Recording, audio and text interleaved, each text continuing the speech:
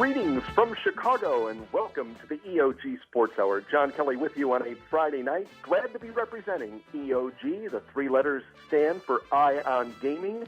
EOG.com, a website dedicated to the hearts and minds of sports bettors everywhere. Eric Strasser to be my featured guest, as he is every Friday night during the summer months here as we talk Major League Baseball. And we will run out of time before we run out of topics this evening, what with the Major League Baseball non-waiver trade deadline passing yesterday. Full slate of games today. We have a full slate to talk about tomorrow. Eric's got selections for us as well. And I've got a couple of WNBA plays that I like too. And we have a surprise visitor to the EOG studios tonight. Brent Carter stopped in Las Vegas, so he may chime in on tonight's program as well. Always good to chat with Brent, an accomplished poker player and sharp sports bettor. Eric Strasser, good evening and welcome to the program. Good to talk to you, John. How is Chicago treating you?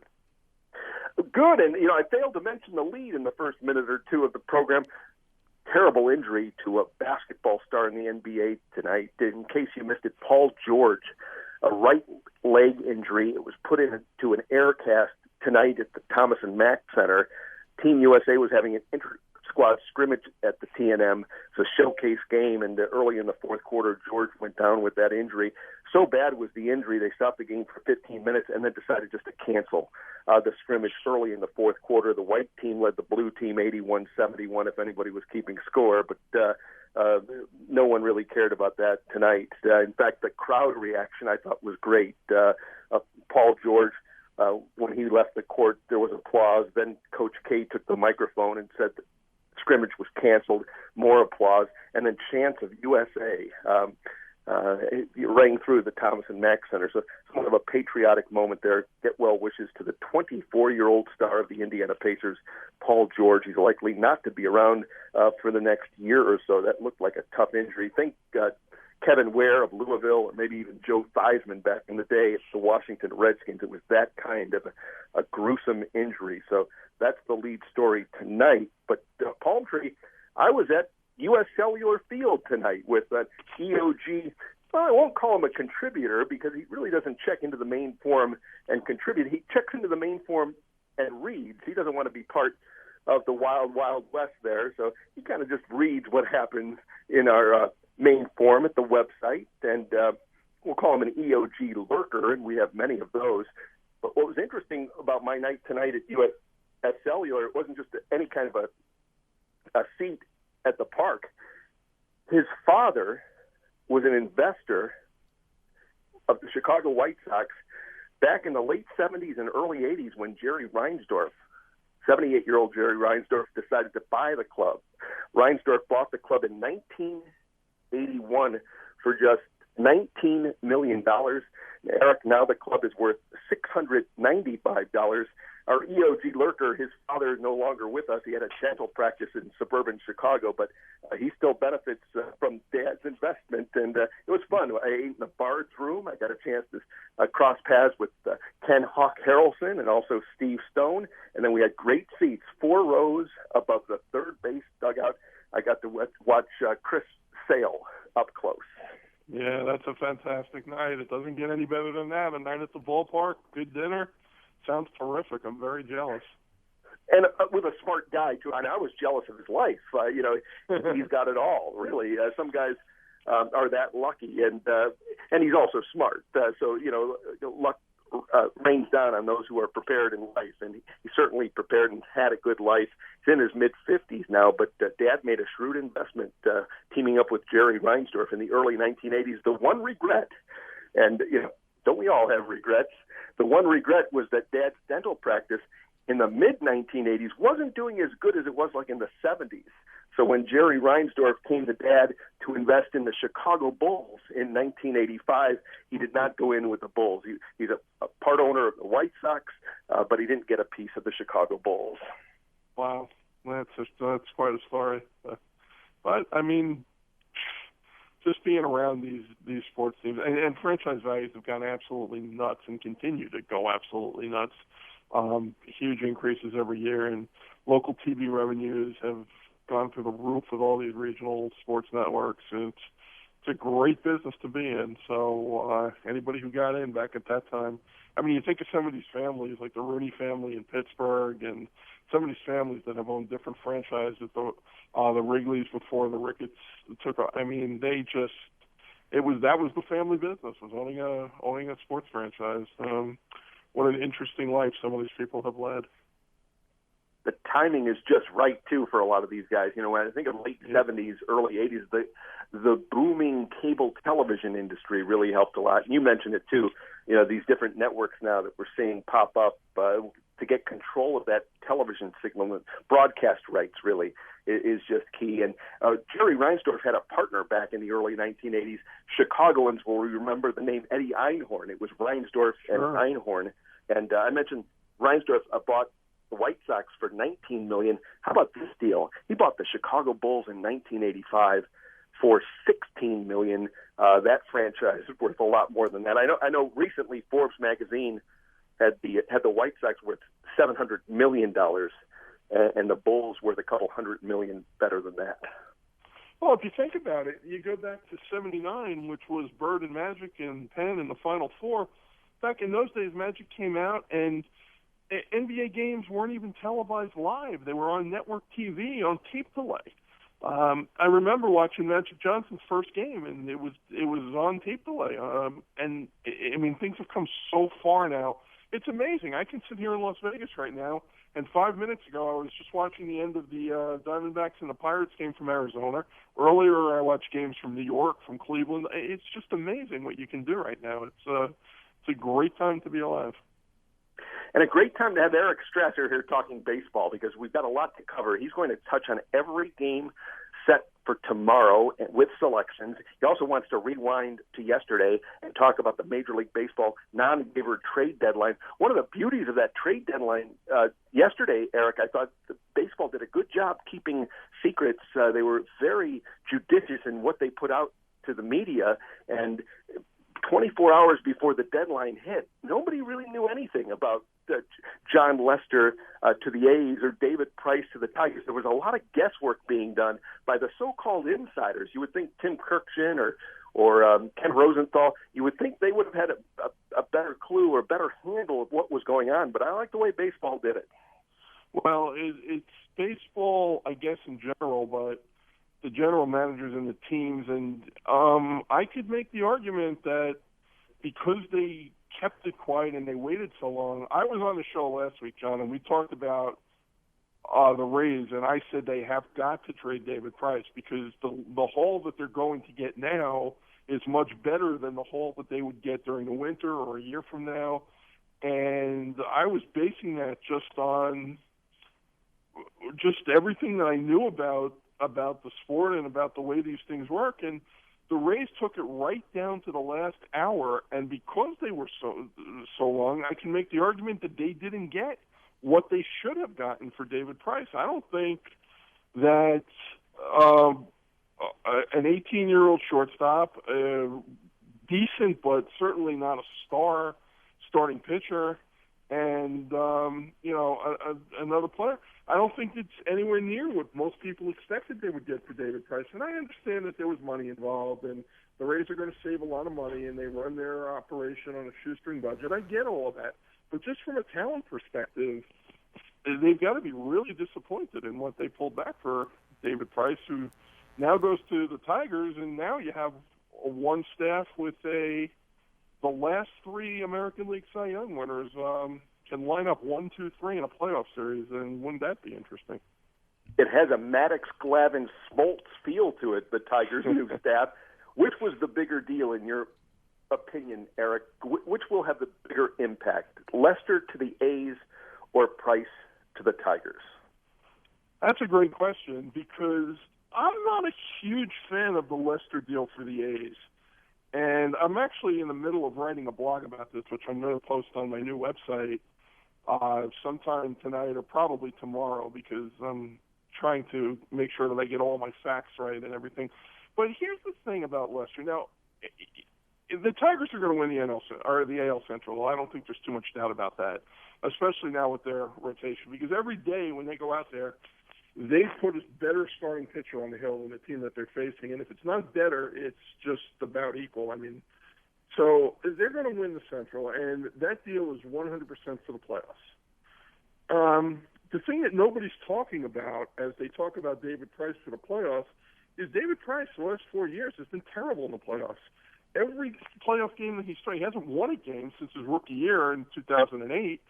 And last year, I mean, Big Poppy hit 2 into Southie off of Price, and he just hasn't performed at the level that he's performed the rest of the time in playoff situations. But the Tigers got him for the playoffs. The A's have a much bigger challenge in the sense that they have a team, the second-best team record-wise in baseball, is in their division and nipping at their heels. So they've got a much bigger challenge that they've got to deal with on a day-to-day basis, and because of that, Lester becomes much more important. But if you're looking at it only from a playoff perspective, what the A's have done, because they have Scott Kazmir, they have Sonny Gray, and they have Jeff Samardzija, and they're going to be, before Lester, they would have been 1, 2, 3 in any scenario that you want to go through.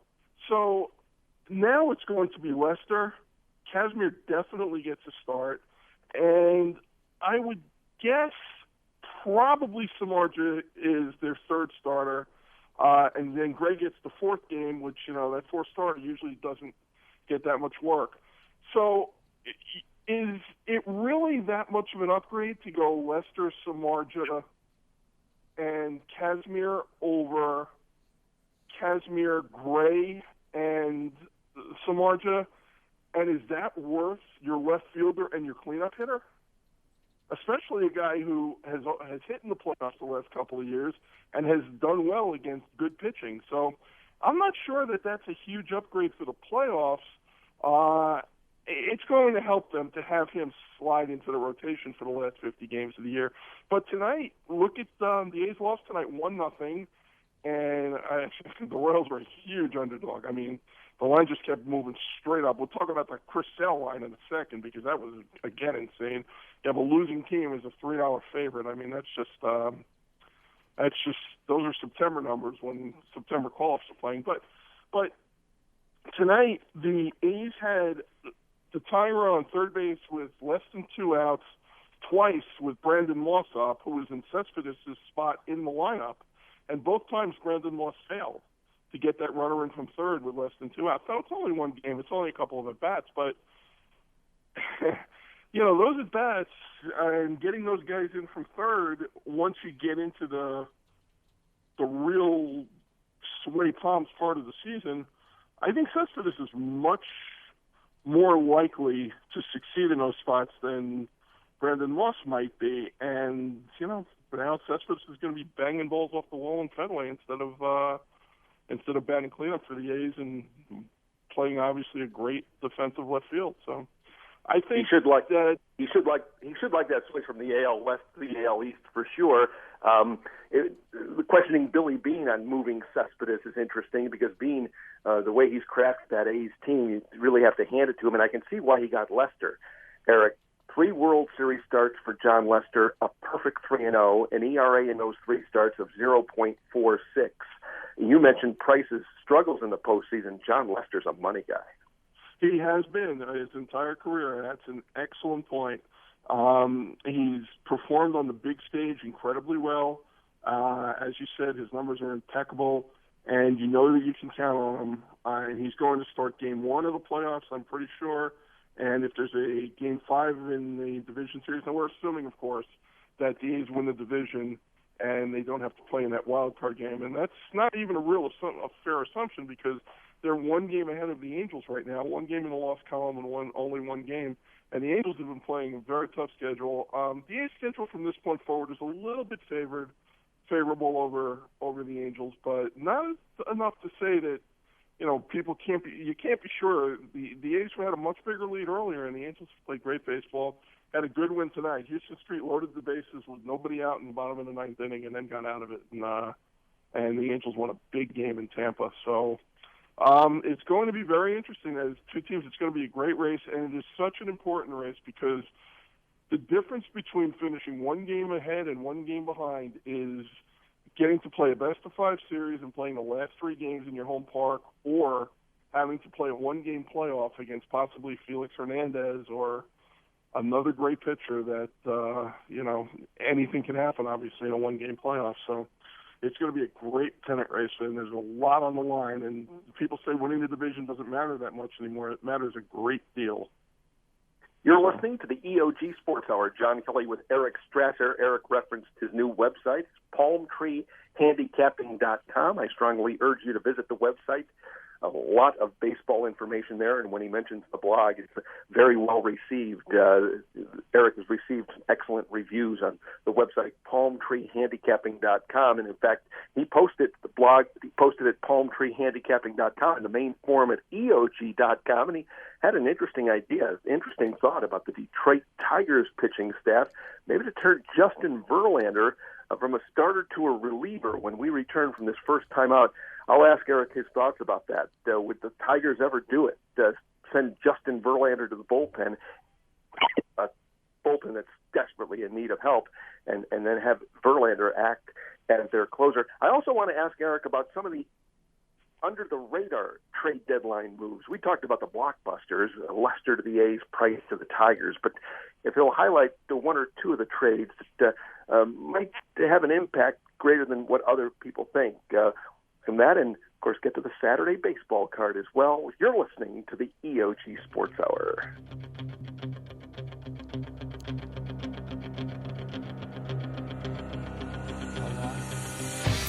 There's no such thing as a sure thing, unless you're talking about Ion Gaming. Ion Gaming is a website dedicated to the hearts and minds of sports bettors everywhere. If you're looking for smart, sophisticated sports handicapping information and insight, go to EOG.com. If you're looking for the latest news on the ever-changing landscape of Nevada's race and sportsbook industry, go to EOG.com. If you're looking for the most recent developments involving the worldwide sports betting scene with an emphasis on the leading sports books in San Jose, Costa Rica, go to EOG.com. And finally, if you're looking to join an online community of sports gamblers where registration is free and the information is priceless, go to EOG.com. You get the idea. Why gamble on other sports betting websites when Ion Gaming is a sure thing? And I love a sure thing. Hi, this is Rick Alec, president of Sports Options. Sports Options is a sports information tool designed to give sports bettors of all types the necessary edge needed to improve their bottom line. With Sports Options, you'll never lay a bad number again. We provide you with live odds from the leading sports books in the world, from Costa Rica to Curacao, London to Las Vegas, and everywhere in between. Sports Options also provides the fastest and most accurate injury information, lightning-quick score updates, and game analysis from 30-year handicapping veteran Mark Simons. We offer affordable services for players of all levels, starting at just $99 per month. To see which service best fits your needs, you can take advantage of our 7-day free trial. No credit card is needed. Just go to www.sportsoptions.com and click on the free trial link. I'm confident you'll be impressed with our product, and you'll find it the most complete and comprehensive on the market. In fact, if you don't like Sports Options after 30 days, we'll refund you 100% of your subscription costs, no questions asked. Go to sportsoptions.com for all the details, or call 702-835-1743, and one of our friendly customer service representatives will be happy to help you. Sports Options, information you can bet on. Talking baseball, like Reggie Quisenberry, talking baseball. Carew and Gaylord Perry, Seaver, Garvey, Schmidt, and Vida Blue. If Cooperstown is calling, it's no fluke. They'll be with Willie, Mickey, and the Duke. And we are back. The EOG Sports Hour on a Friday night. John Kelly with Eric Strasser. Brett Carter will chime in the final segment of the program. We've got a lot to cover on tonight's show. I was at the White Sox game tonight against the Twins at U.S. Cellular. Slugfest. 18 runs scored in the game, 31 hits. The White Sox win in dramatic fashion 10-8. They had to score 4 runs in the 8th inning to bail out their supporters. Boy, if you laid the opening price at Pinnacle of $255 or the closing price of minus $280, you were sweating most of the way. The Minnesota hit the White Sox with 5 runs in the 3rd, and the White Sox played catch-up thereafter, finally winning in the end by 2 runs, 10-8. So the White Sox even bit. How about that? Covered the run line, right? Amazingly, and they were closer to a $3 favorite than a $2 favorite. And the one star in the White Sox, the Sale was no good tonight. 71 pitches through 3 innings. You know what? It's really hard to face the same team twice in 5 days. Even a guy as good as Chris Sale with the lineup as weak as the Twins, it's just very, very difficult to pitch against a team twice, in consecutive starts. I mean, they know your pitch patterns. They've seen everything, and, it's only a couple of days back. So every time you get a matchup like that, the advantage is to the offenses. And I really wanted to play some on the Twins today just because the White Sox, they're a losing team. They just can't be a $3 favorite. I mean, those are late September prices when all the major leaguers are sitting out and all the AAA guys who have come up are playing. But I watched the game last week, and Darnell, I mean, he got some strikeouts, but boy, did the White Sox hit a bunch of line drives off him. I mean, they just murdered him, and coming back 5 days later, I just didn't think he was going to be able to hold him down, and he didn't do badly. 5 runs, 5 innings isn't anything terrific, but it could have been a lot worse. My bet was dead about an hour into the game. I had under the total of 7.5. Lesson learned, and boy, Jose Abreu can hit. He can really rake. Every ball he hits hard. He now has a 21-game hitting streak, does the 27-year-old Cuban refugee. And the scary part about Jose Abreu, Eric, he's getting better seemingly every week. When I watch Jose Abreu hit, it looks to me like he's hitting with an aluminum bat. I mean, he crushes balls. He could have killed. I don't even remember who was pitching in the 8th inning for the Twins, but he hit a line drive just past his head. I mean, I bet the ball speed on that coming off his bat was well over 100 miles an hour. I mean, he just hits the ball hard every time up. And John, I just wanted to mention one thing. You mentioned the website palmtreehandicapping.com, and thank you for that. I appreciate you mentioning it. But next week, are you going to be back in Vegas next Friday? Yes, I will. Okay, well, we'll be in the studio, and I've gotten a lot of emails and a lot of calls about whether or not I set it up to be a pay site and to sell picks. And you know me, that's not what I do, I've given my information and my stuff away for years, and I will continue to do so. But I also thought about it when I set up the website, and I did set it up because I'm eventually going to finish my book, and I'm going to sell it on the website. But I said to myself, if I can't, if I'm not doing anything now, I'm not going to charge anybody for anything, but I want to do something for the people that follow me, because I appreciate the fact that a lot of people go out of their way. They come to the website, and I've seen the stats, and people come every day, and they read it, and it gives me a chance to just go on and, you know me, I love to talk. I love to write also, and just get a chance to put my thoughts out there. So next week, next Friday, on your show, I'm going to have what I think is an exciting announcement about something that I'm going to be able to do for everybody that comes to the website. And I think people are going to appreciate it. I think it's going to be terrific. So I'm really excited about it, and I really appreciate you giving me the chance to talk about it, because for me it's very exciting. Stay tuned for that. Friday, August 8th, and I mentioned at palmtreehandicapping.com the blog about Justin Verlander going to the bullpen. Some people think you're spot on, Eric. Other people think you've lost it. Yeah, I get that reaction all the time, just about with anything I say, so this is nothing new. But let me just explain the thinking, okay? And we'll do this quick, because I know we've got a lot of other stuff that we want to talk about. But here's the thing. You're going to have, and let's just start with the premise that you need 3 starting pitchers for the playoffs, and depending on whether or not you get the extra day off and how the schedule is, you may only need 3, you may need a 4th. And last week, when I was watching the Diamondbacks play Arizona a couple of nights back-to-back, first night I saw Verlander pitch, and he went out the first 3 innings, and he did it again tonight. First 3 innings, he just blew everybody away, and he was unhittable. And then the second time through the lineup, he was dinged up a little bit, and he gave up 4 runs to the Diamondbacks. It could have been a lot worse, except there was a line drive that was hit about as hard as Abreu hit his line drive tonight in the 8th inning, that Verlander got a glove on and turned into an out, and it actually ended up saving him 3 runs.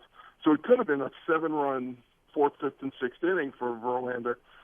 And, he's one of the greats of the last 10 years. But right now, his strengths, because I went back and I researched it, And I don't go back years because none of that other stuff matters. What matters is going on right now. And in his last 11 starts now, including tonight, he had one bad first inning, and a lot of people will remember the Dodgers got 5 in the first against them, and then the Tigers scored 14 runs in that game and won 14-5. And he had another game where he gave up 2 runs to the A's in the first inning and then shut them down.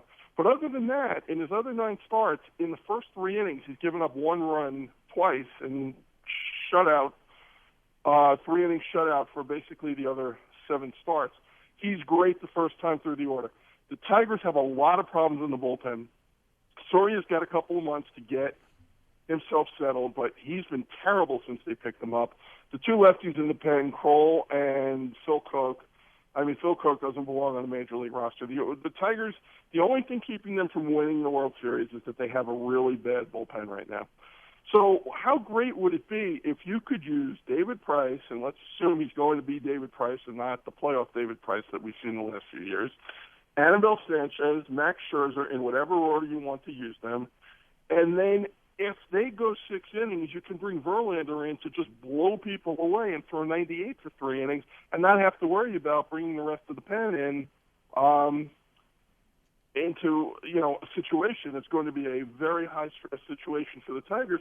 And it's also likely that you might get more than 6 or 7 innings from a Scherzer or from a David Price. So you're really only going to have to use Verlander. At least the plan is to use him not every other day or not back-to-back days because you have great starters. Maybe you have to do that, and maybe in September he goes to the pen and gets used to pitching short bursts, warming up in the middle of a game, going back-to-back days, all things that he hasn't done before. It's very similar to what Tim Lincecum did in 2012. He went to the pen, and he didn't close for the Giants, but he was a very big part of shutting teams down, and he bridged some holes in the Giants' bullpen, and the Giants won the World Series that year.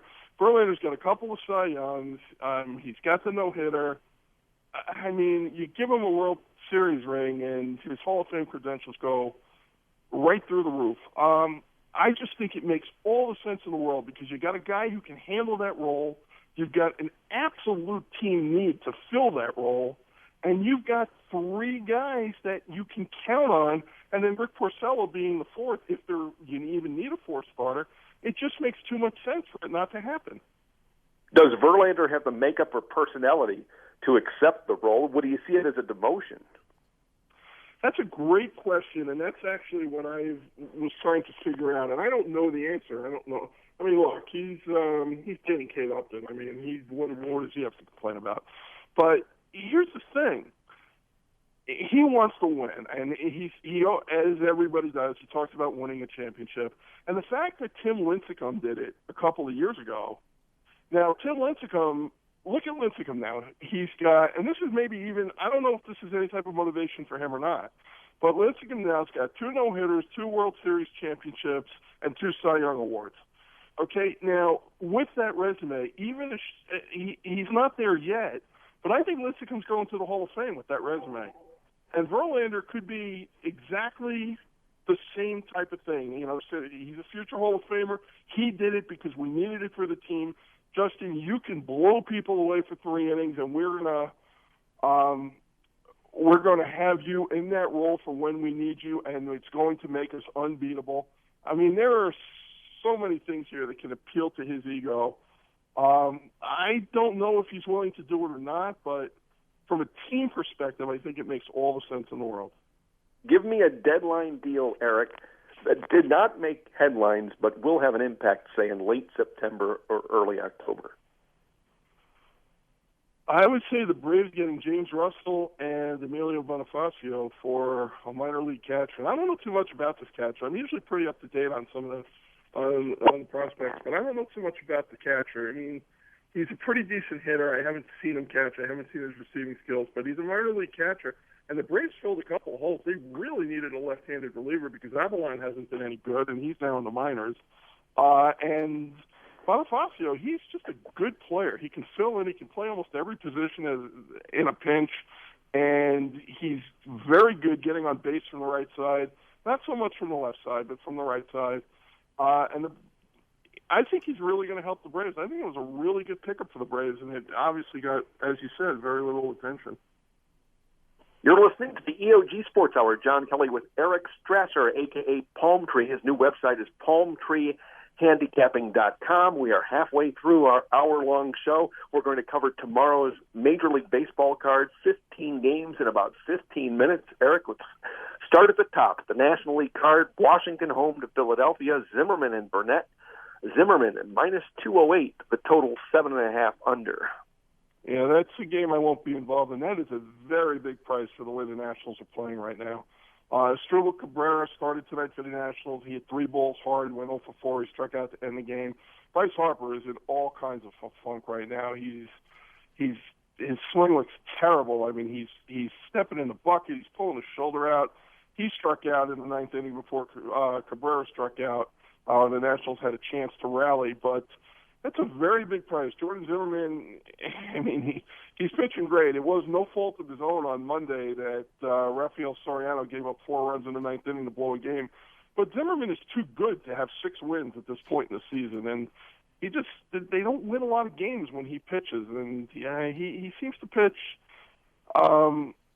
just well enough to lose sometimes. And as I said, Monday night wasn't his fault, but the number's just way too big to even think about playing the favorite.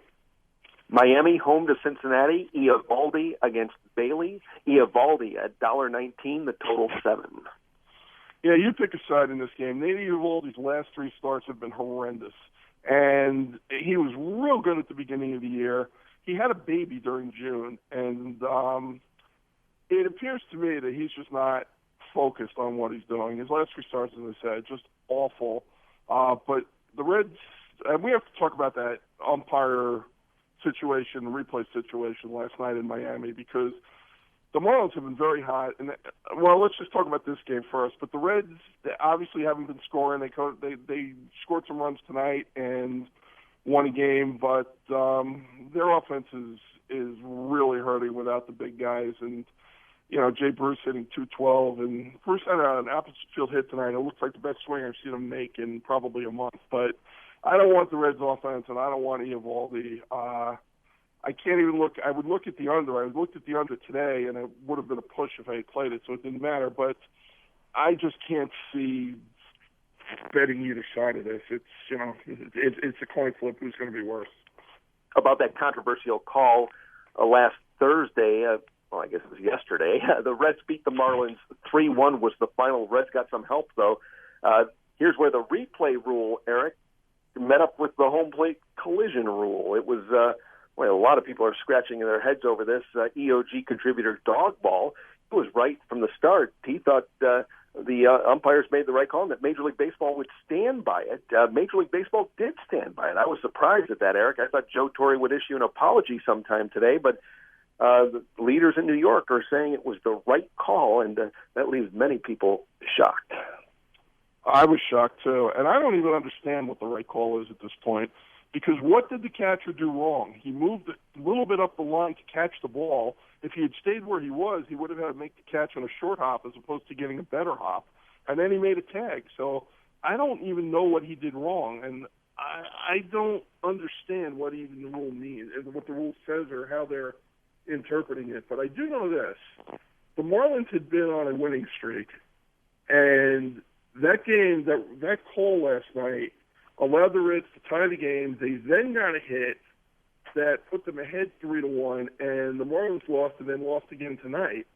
So a team that had been on an 8 out of 9 streak has now lost 2 straight games. One of them a direct result of that call. And it's been said, and obviously I can't confirm this, but I'm just repeating what I've heard, that the umpire told the Marlins that he didn't agree with the call either. He thought that it should have been a double play. They should have been out of the inning. But he was overruled by the umpires in New York. So, I mean, my problem with it is I don't think anybody understands it. And what I did, and I was watching it last night as it happened, I was watching the Marlins broadcast, and I said, this is going to be interesting. So what I did is I went and I was watching the Marlins broadcast, and I watched it through the entire thing, the replay and everything else, which took quite a bit of time. And then as I was doing that on DirecTV, you can tape another show as you're watching it. And I went to the Reds broadcast and I taped it because I wanted to see what the two sides were saying about it. And as you would predict, the Marlins announcers, Tommy Hutton, said, baseball has changed. The rules don't make any sense. He ripped it every which way to Sunday. And, of course, on the Reds broadcast, they thought it was just wonderful and everybody should be happy because it worked out the way it was supposed to. So even broadcasters who, obviously, they're a little bit biased, but broadcasters who have been doing this for a long time and who know the game of baseball, they shouldn't have completely divergent opinions on the interpretation of a rule. And the fact that they did means that nobody really understands what they're supposed to do. So, we talked about this, John, in February. We talked about it in March and in April. And baseball's just done a terrible job implementing this stuff because I just don't see that anybody really understands the rule and what's supposed to happen and what's not allowed to happen. So they're just doing a horrible job, and they've really screwed the Marlins here. Yeah, harder than ever now, I think, to throw a base runner out at home plate. That's why third base coaches should gamble more than they have in the past. Our friend Ron Boyles had a very good point about stealing bases in Major League Baseball. With the replay in place, it's no longer good enough just to have the ball beat the runner. Now the tag has to be applied too. So it's a two-part process. Boyle says you should run more often, and I would suggest third base coaches send more often because the catcher has a lot to do now. He's got to stay out of the runner's way. Then he's got to catch the ball. Then he's got to come back and tag the runner. It's the clear path there is necessary, and they want to stay away from those situations. There's a Buster Posey who got blasted one time. Those home plate collisions, they can be violent, but to do what they've done, I think they might have gone overboard. And with the rule, the New York Mets are home to the San Francisco Giants at Citi Field tomorrow. DeGrom and Peavy. DeGrom $1.26. The total 7 over a quarter. Yeah, Jacob DeGrom has been terrific. I mean, he has pitched so well for the Mets. He's on a 4-game winning streak. He's got a great strikeout rate. Jake Peavy you can't really apply numbers to Jake Peavy in this spot because he's been pitching in the American League and now he's not pitching against an American League lineup. But my problem with Jake Peavy is the 3.5 walks a game. And they seem to come at a bad time. I mean, he's still striking out over 7 a game, which isn't bad, and that was in the American League. But Peavy just walks too many guys. I'm never comfortable when Jake Peavy's on the mound. He's just one of those guys that you just know something bad is about to happen. Too many walks. His ground ball rate is terrible. It's under 40%. I think if I was going to play this game, I would play DeGrom, and if the number comes down, I might. But he was up in the 130s, and I think that's just too high a price to lay. Mets offense tonight was non-existent. They were completely shut down by Vogelsong. And so the Giants appear to maybe have turned the corner now, but even though the Dodgers beat them up last week, so very hard game to really come to any conclusion on for me. St. Louis home to Milwaukee. Masterson and Loesch. It was to have been Masterson and Nelson, but Loesch will take Nelson's spot. No numbers available yet. Yeah, Jimmy Nelson had a blister on his hand, so he's going to start on Tuesday. And Kyle Loesch gets to go home to St. Louis or tomorrow, but that's not that big of a deal. He started 3 games there since he left the Cardinals to join the Brewers. Hasn't had particularly good success, but those were Cardinal teams that were hitting a lot better than this Cardinal team is hitting. Brewers, everyone was expecting him to fall apart. They had the long losing streak before the All-Star break, and the bullpen was just worn out. The bullpen got the break. They've gotten some rest, and they're playing very good ball right now. Jonathan Lucroy, nobody knew. I mean, what were the odds on him being the MVP before the season? And right now, at this point, he's got to be very high in the running. He's having a terrific season. He got the big hit against Wainwright tonight to blow the game open. And the only way I could look at this is from the Brewers side. The Cardinals just aren't scoring any runs, and the Brewers are really playing good baseball, and the bullpen is back to pitching decent baseball. But we'll see what the line comes, but I'll probably have a look at the Brewers. At Chase Field, the Diamondbacks host the Pittsburgh Pirates. Anderson and Worley on the road, $1.15, the total 9 under. Yeah, I don't know which of these teams I'm mad at. I had the Pirates last night, I had the Diamondbacks tonight, and I lost them both. The Diamondbacks tonight took me from a winning night to a losing night. And Kirk Gibson tonight decided the Diamondbacks had a 4-0 lead. It was 4-1 going to the 8th inning. And tonight he decided he wasn't going to use his relievers a third night in a row. And he was going to end up using the back of the bullpen, which is fine. And I check those things every day when I handicap. But the fact with Gibson is that he has used his good relievers the third day in a row. And just for some reason tonight, Brad Ziegler didn't get the 8th inning because he had pitched Thursday and Friday night. I mean, I've seen Ziegler earlier in June. He pitched 3 days in a row in Colorado. He's pitched 4 days out of 5 several times. All of a sudden tonight, that was off limits. So instead, you got Yuri De La Rosa and a guy named Bull Schultz to pitch the 9th inning. And it was 4-0 Diamondbacks. They ended up losing 9-4, and I'm just kind of furious because if Gibson had done this before, it would be fine, but he does it one day and then doesn't do it another day. And I'll tell you, John, handicapping baseball games is never easy because you get contradictory signals and contradictory things like this from managers, and it just makes it impossible to know what they're going to do. So, no, I just wanted to say one thing about the Pirates, because the Pirates had a big night tonight, but the Pirates this week, Sunday they blew a game in Colorado with a couple, Sunday was the only game they won, but last year they were a best defensive team in the league. They were the first one to do a lot of the shifting, but their defensive ratings were great. This year the defense stinks. Pedro Alvarez can't throw the ball from third base to first base. Ike Davis can't catch a ball at first base. Travis Snyder the other day, and I'm sure you saw the game against the Giants, got picked off a second base on a walk. I mean, they're playing like they have absolutely no clue what's going on and they're not paying attention. And for a team that's right in the middle of a pennant race, it's really mind-boggling the way the Pirates are playing because it's exactly the opposite of the way they played last year. Last year, they got a lot more out of their talent, and they were better than the sum of their parts. This year, they're much less than the sum of their parts, and they're just playing like they don't care. And it's incredibly frustrating to me because I want to see the Pirates do well. I mean, they're a small market team. I love the team that they've built, and they're competing against bigger teams with bigger budgets. They're a team that should have done something major at the trade deadline. I know they offered 4 prospects for David Price. They didn't get them because Tampa didn't want to take prospects. They wanted major league ready talent for the most part. And but the Pirates, the fact that they didn't do anything and the way that they've been playing the game, it's really disappointing for me. So it's just one of those things that you just can't see from day to day because they haven't been focused at all. They don't hit left-handed pitching. Vidal Nuno completely shut them down tonight, and then they got the hit against the back end of the Arizona bullpen, and they exploded for 8 runs in the last 2 innings. But I don't know what to make of the Pirates at this point. But all of that was a long way of saying that I like Worley a little bit more than Anderson, but on my numbers, I don't see any edge in this game.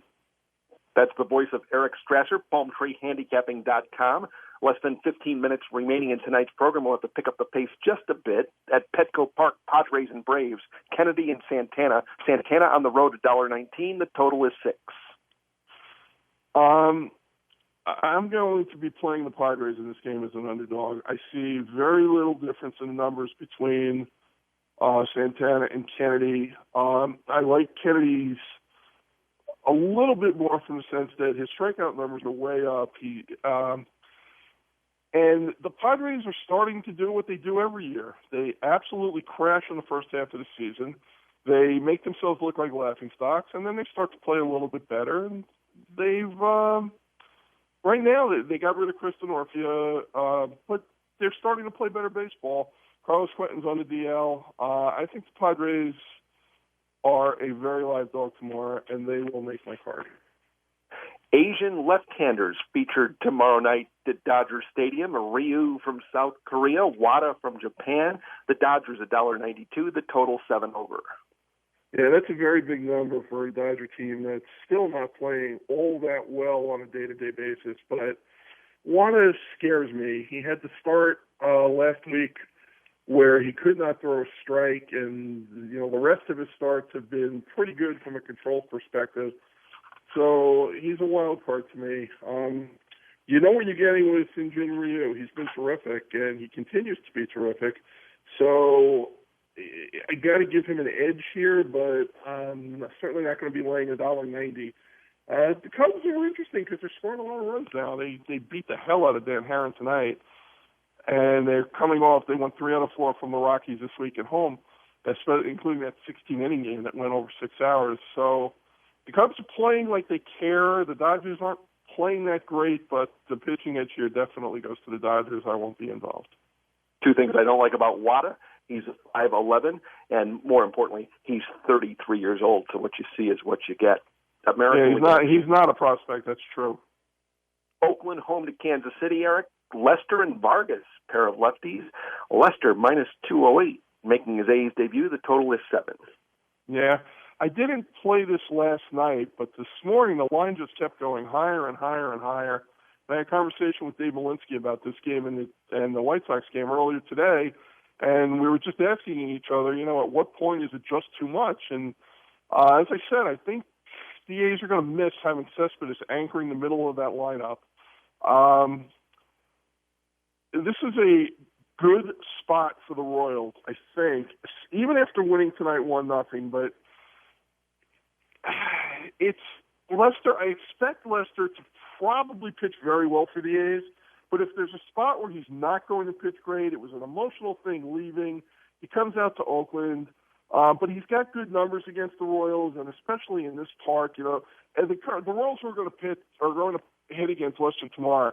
There's absolutely no slugging percentage. I mean, their numbers are terrible. Even pitching against them in Fenway, and especially in Kansas City, he really has held them to a bunch of singles and nothing else. But I don't like the spot for the A's. I think it's going to take them a couple days to get their lineup settled, to get comfortable. They've got a lot of pitching in there, but they've hurt themselves on defense and on offense.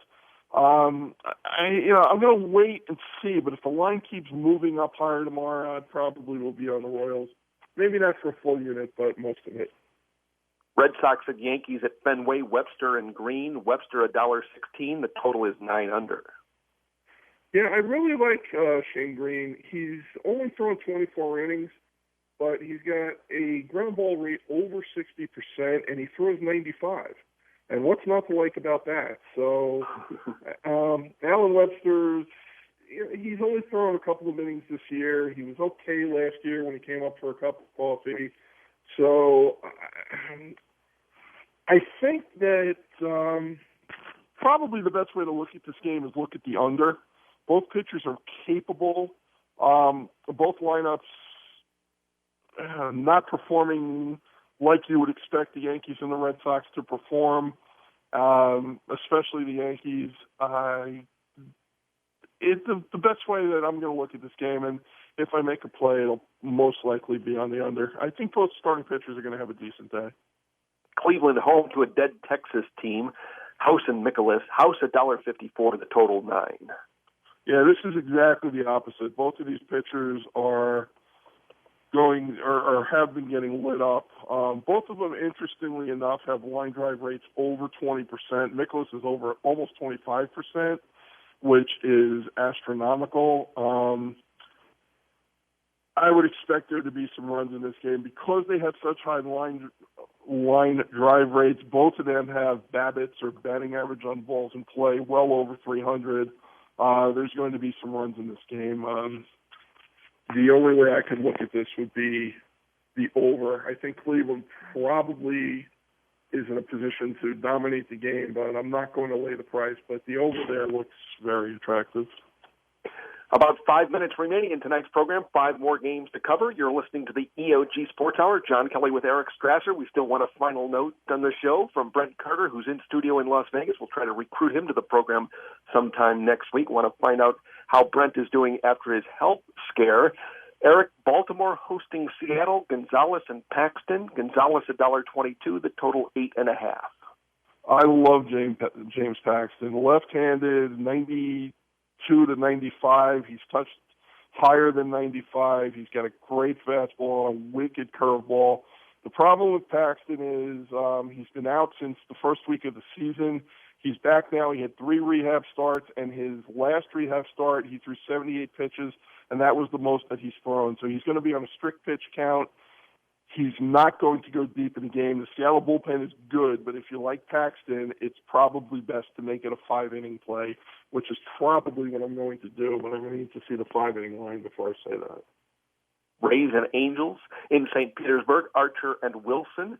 Archer, slight favorite, minus $1.11, the total 7.5. C.J. Wilson's a stay away from me because he's been on the DL, and I don't know what he's going to do. The Rays are a stay away because they had their guts ripped out when they traded David Price, and the team realizes that the organization has given up on the season. So I can't play either side. There's too many factors against both of them, but C.J. Wilson really needs to pitch well if the Angels are going to win that division. He's critical for them. Houston hosting Toronto, Oberholzer against Dickey. Dickey the knuckleballer at $1.39, the total 8.5. I like Aaron Oberholzer a lot more than most people do. His saver numbers aren't great. He doesn't do anything really well, but if you go back and look at his outings, 6 of his last 7 outings have been what they call a quality start, quote unquote, 6 innings, 3 earned runs or less. He keeps his team in the game every time out. So Dickey pitched very well, and his last couple of outings on the road have been terrific. When I say he pitched very well, I mean Monday in Boston against the Red Sox. I haven't made a play on this yet, but I'm going to look at the under in this game. I think both pitchers are in a good spot to hold down both teams. And the Jays really struggle against left-handed pitching. Deanna Navarro's OPS is, it's a joke. His splits, I should say, are a joke. And the Jays have just struggled against lefty pitching, and especially without Edwin Encarnacion and Brett Laurie. So if I get involved in this game, it'll be on the under. For as bad as Houston is, 20 games over 500, 2 lefties, Brett Holter and Dallas Keuchel. Keuchel's really been solid this season. He sure has, and he was a big target at the trade deadline, too. I really don't understand trading Jared Kosar, and I don't get it. And the kid that they got for him, he was a very high draft pick last year, but I know some people that tell me he's great, and I know some people that tell me he's not as good as he's been projected to be. So I really don't understand that trade for Houston. I mean, I love Kiki Hernandez, too. He's a high-energy guy. He hits. Getting rid of Hernandez and Kozar seemed to me to be the opposite of what the Astros should be doing.